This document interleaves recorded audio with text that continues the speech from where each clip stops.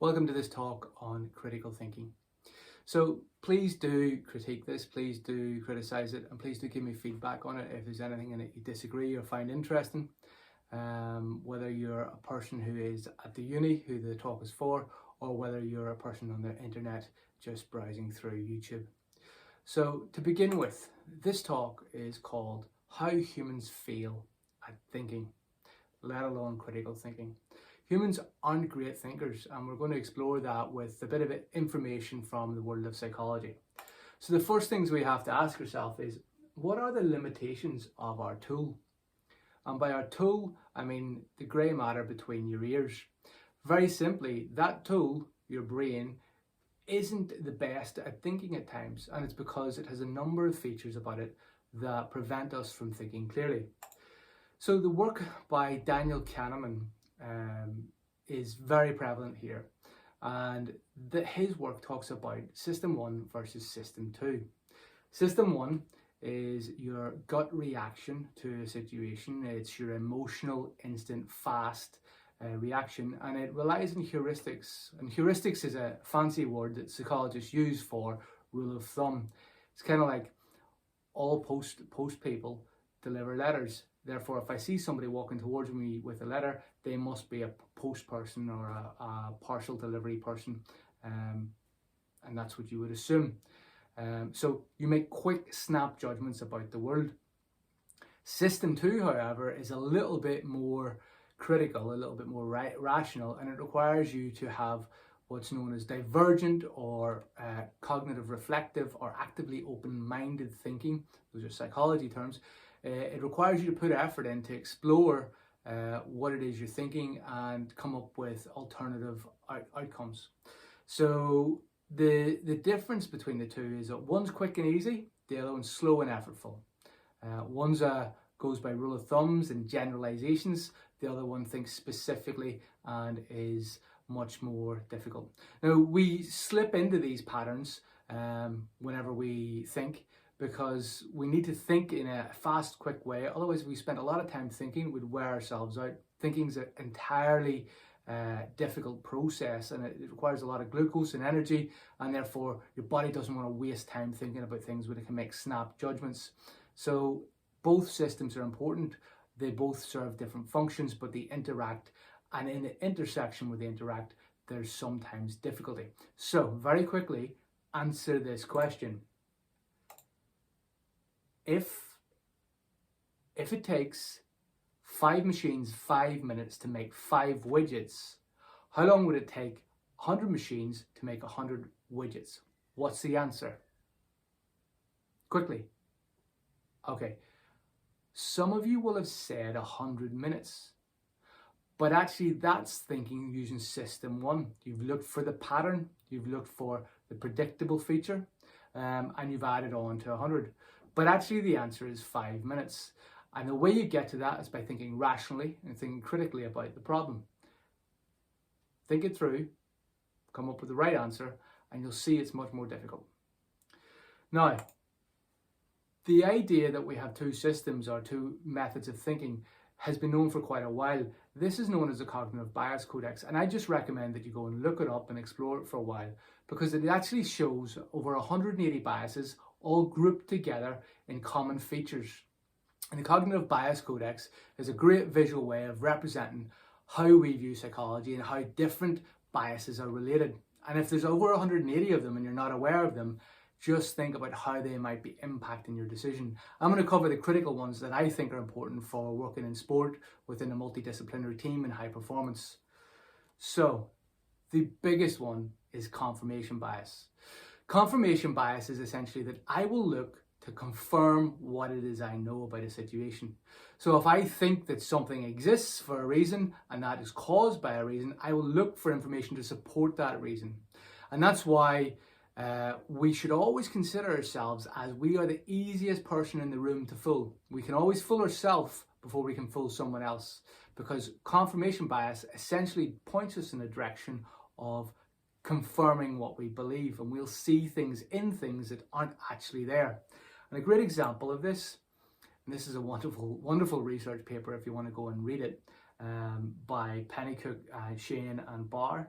And the paper is actually called On the Reception and Detection of Pseudoscientific Bullshit. And that's just wonderful. So what this paper did was it put together statements which made sense and statements which didn't, like the one here. Attention and intention are the mechanics of manifestation. On first glance, you think it must mean something. It's big. It's got loads of words in it. This is what Deepak Chopra wrote. Deepak Chopra's a nonsense merchant. And they used this in the paper to detect who was good at detecting pseudoscientific, profound bullshit. So we can look at this. Some people will look at this and say there's something in that, there's meaning in that, when there is no meaning. It's a nonsensical statement.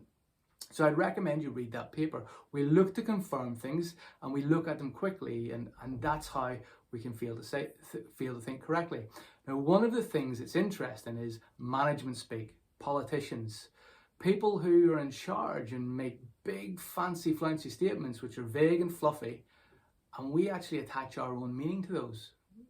They don't actually say anything specifically a lot of the time, but we attach our own meaning to what they say and then are a little bit fooled by them because we either think they're a wonderful person or a bad manager, a bad politician, and we attach our meaning to it. So be careful about what is actually being said by people in power who you work with, because they might be saying nothing and you might be hearing something.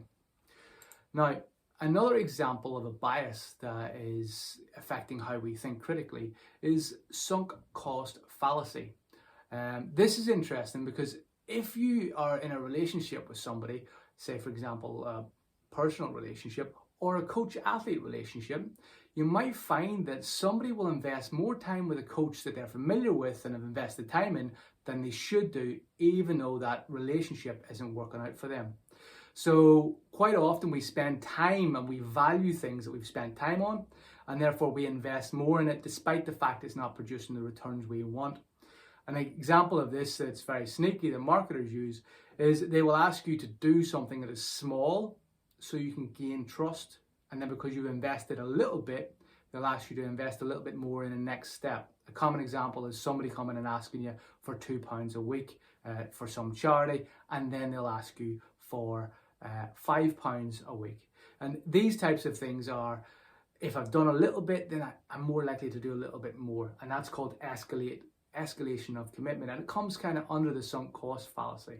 And we're also very much aware of loss aversion, which is I don't want to lose out, therefore I'm more likely to overcommit so I don't lose than I would be to gain.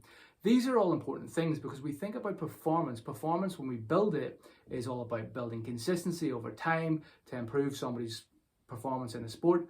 But actually, there's times when that consistency has been spent in the wrong area. And when it's been spent in the wrong area, the person doesn't get the gains that they require, and therefore they don't get the progress. And that's partly to do with sunk cost fallacy and not being able to see the wood for the trees, pull back, and actually understand the world from a different way so that they can make better decisions. So sunk cost fallacy is really important.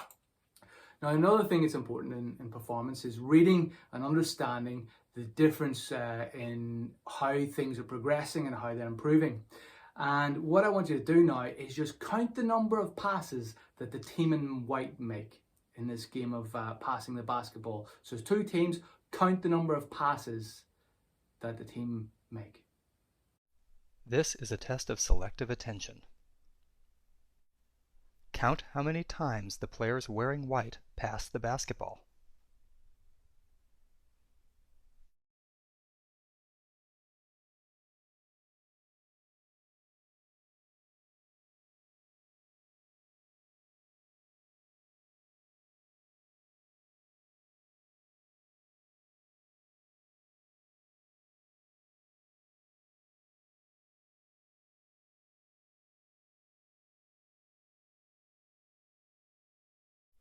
How many passes did you count?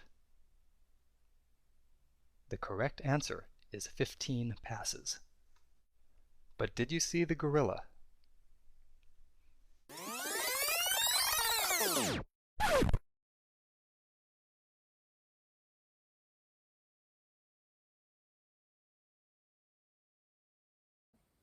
there was a gorilla in the background that came into view during that video. You can rewind and watch it again, and what you'll find is that when you're focusing in on something that's changing and it's dynamic, you also stop focusing in what's around it, the context and the environment. And that's really dangerous, because when we think about police lights, for example, they flash because we want them to be seen, and the change is what happens.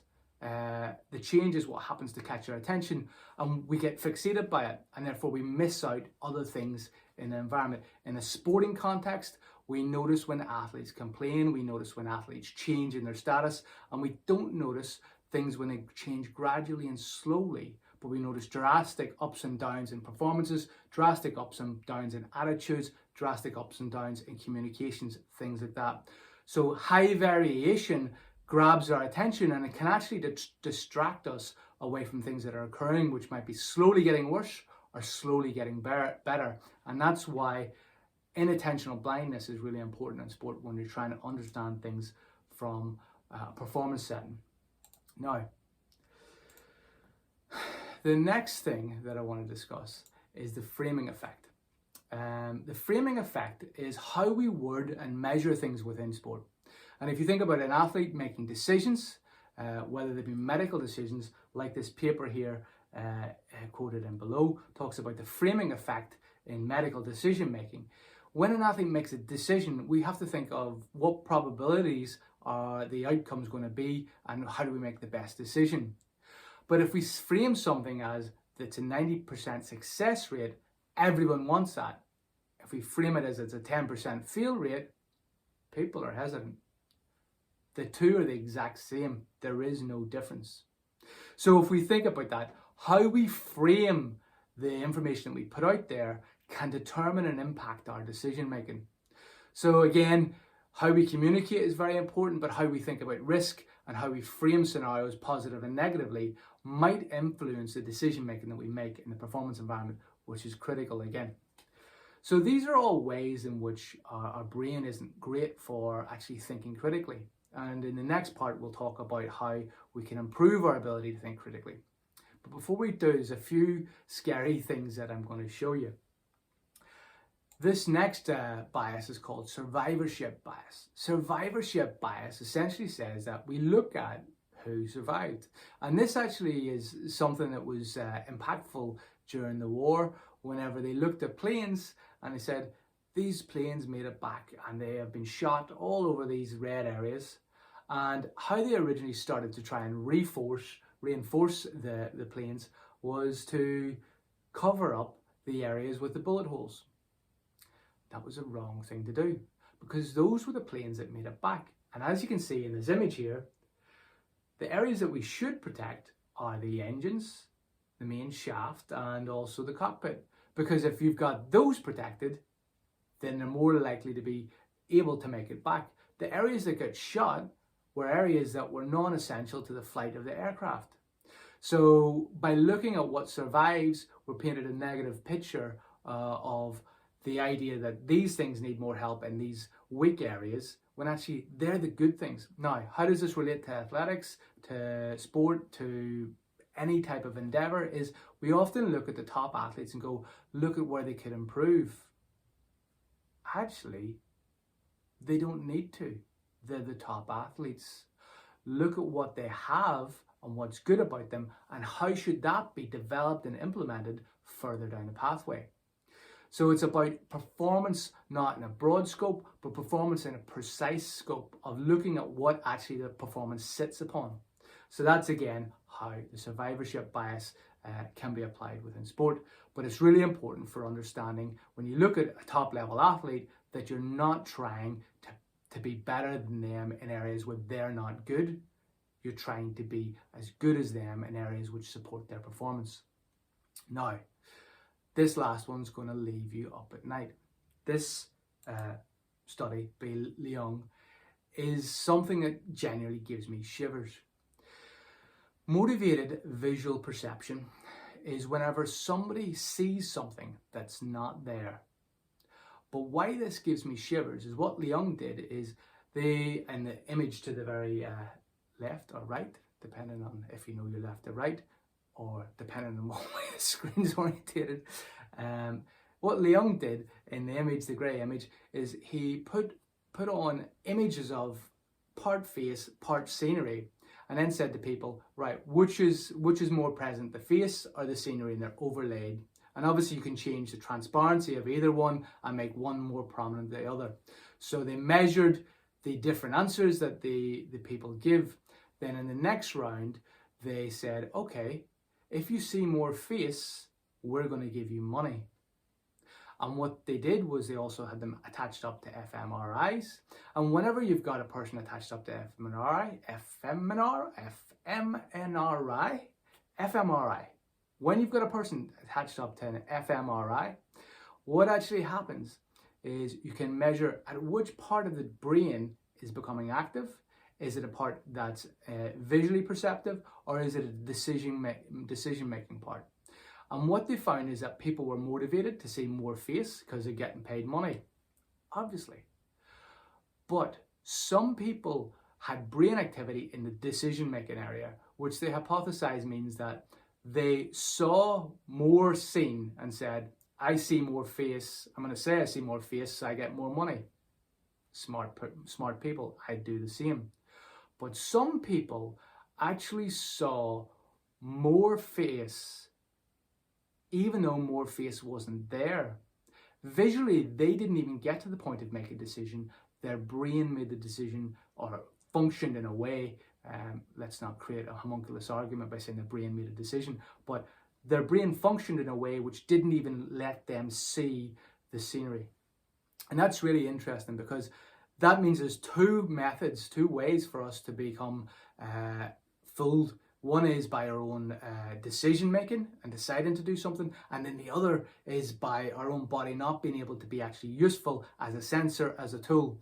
So if we're motivated to see something, then we're more likely to see it. And again, this is important for interpreting athlete results, performances, and improvements over time. So very simply then, to finish up, cognitive dissonance is whenever we try and change our mind. And whenever you revise your belief, it's actually difficult. Cognitive dissonance hurts. And you can think about this. If you've ever ended a relationship, it hurts because you've gone from, I love this person, to, no, you're not so great. Go away. Quickly. Cognitive dissonance is the idea that whenever we change our mind, it causes us pain, it's difficult, it requires effort. So what we do is we'll come up with reasons to keep our mind fixed the way it is. We'll come up with reasons to attack the person that's giving us the information or the messages, to discount them. And we'll come up with lots of effortful ways so we don't have to change our mind, because we don't like being wrong. Cognitive consonance is the opposite. Cognitive consonance is that feel-good feeling whenever you're right. Whenever you've done something right, and you're like, okay, I got that right, and it worked out, and you feel good about yourself. So when you get things right, you feel good about it. When you're getting things wrong, you feel bad about it. So it's a difficult thing, and you don't want to change your mind, and that's why it's so difficult. So we always say in sport, you should be in a position of always trying to update your beliefs. Your beliefs shouldn't be fixed, they're temporary, and as more information comes in, you want to be changing your mind and reevaluating what decisions you're making and how you're progressing with an athlete. Now, this is the end of this short talk on the faults of your brain and how you think. Please do tweet me or Instagram me if you want, and ask more about this, and also watch the other ones to find out how we combat these flaws in our human thinking. Thanks very much. My name is Hugh Gilmore from Podium Psychology.